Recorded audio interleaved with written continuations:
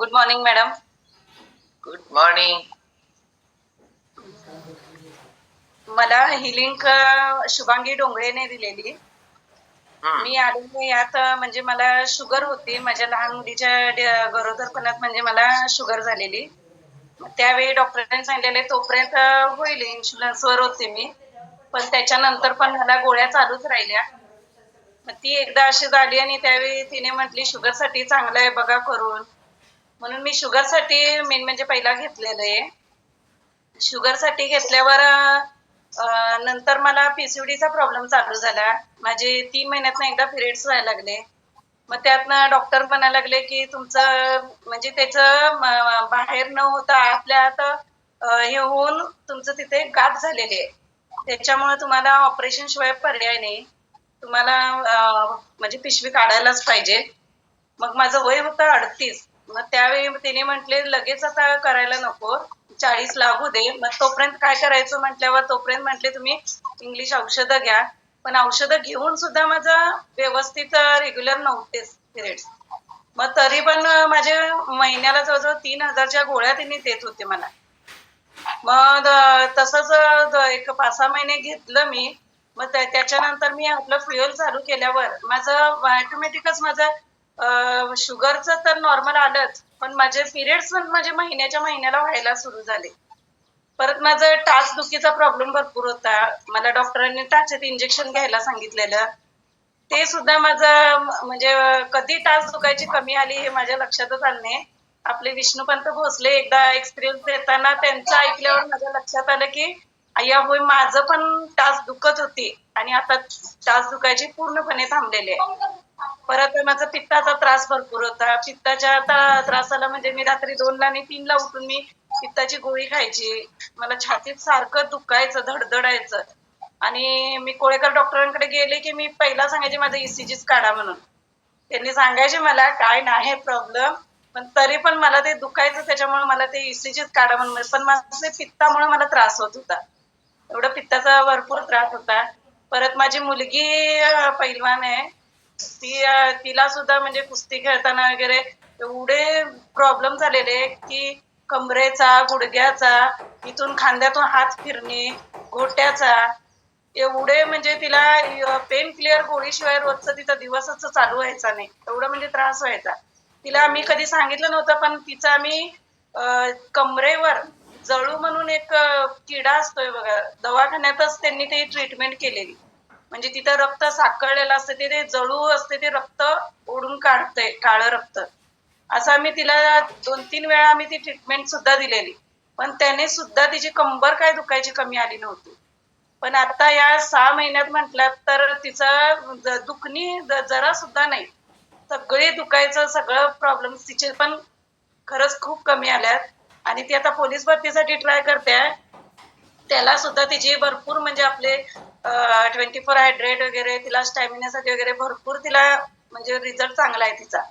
आणि आता आमच्या घरातले सगळे 7 जण आम्ही एक फ्युएल घेत आहे. यस, एकदम भारी. कारण डंकेताई, सगळ्यात मला एक प्रश्न पडला की मुलींना कुस्ती खेळताना एवढी इंजुरी होत्या, तरी पण तुम्ही भारीच की कसं काय परत तिला घातलं त्याच्यात? मॅडम कसं झालेलं तिला म्हणजे आमच्या इथं येळगुडा, आता तुम्ही येळगुडचे जातो, तुम्हाला माहिती आहे आपल्या येळगुडात तालीम आहे. त्याच्यामुळं आपले हे कोण होते? भेंडवाडे. हा, भेंडवाडे आमच्या दिरांचे मित्र ते खास. मग त्याच्यामुळे ते एकदा आमची लहान मुलगी त्यांच्या गाडीला धडकलेली आणि त्यांनी त्यांच्या मुलगीला स्पर्धेला घेऊन चाललेले. आणि मग त्यावेळी त्यांना म्हणजे त्यांनी विचारपूस केली नाही, पण संध्याकाळी त्यांनी स्पर्धेहून आल्यानंतर आमच्या घरी आले आणि त्यावेळी प्रेरणाला आमच्या मोठ्या मुलगीला बघितल्यावर त्यांनी म्हटले आणि हिची तयारी आहे आणि बघा हिला करून. तेवढंच तिनं ते डोक्यात घेतलं की मला कुस्ती खेळायची आहे.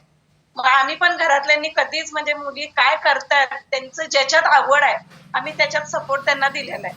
त्याच्यामुळे तिनं केली ते. येस, तुम्हाला सांगू काय, सगळ्यांना त्यांनी काढलंय.